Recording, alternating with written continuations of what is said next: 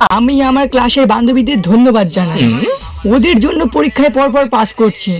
না হলে ওরা যদি একটু দেখতে সুন্দরী হতো, আমি তো পরীক্ষায় ফেল নিশ্চিত।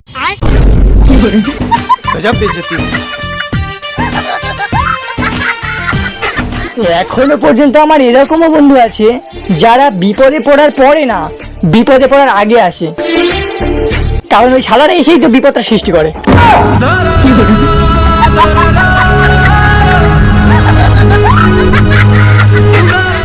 আজ আমি তোমাদের সামনে এই জলজান্ত দেহ নিয়ে দাঁড়িয়ে আছি শুধুমাত্র একটাই কারণে,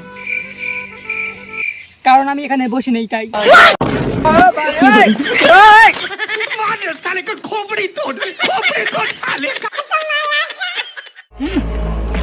আমিও তো নিজেকে একাই 100 ভাবতে পারি, শুধু ভয় হয় যদি টোটোওয়ালা আমার কাছ থেকে আরো 99 জনের ভাড়া কেটে নেয়।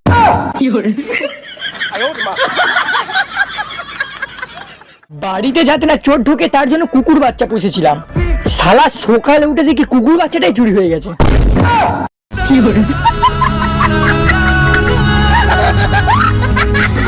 আমাকে বলা হয়েছিল একটা গাছ কাটলে 3টি চারা গাছ বসাতে, শালা গাছ কেটে আমি এখন চিন্তায় পড়েছি, সব চারা তো দাঁড়িয়ে আছে, বসাবো কিভাবে?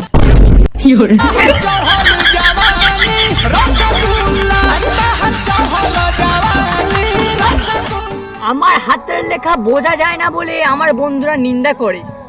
আমার মনে হয় ওটা নিন্দা নয়, ওটা হিংসা, কারণ সবাই তো আর ডাক্তার হতে পারে না।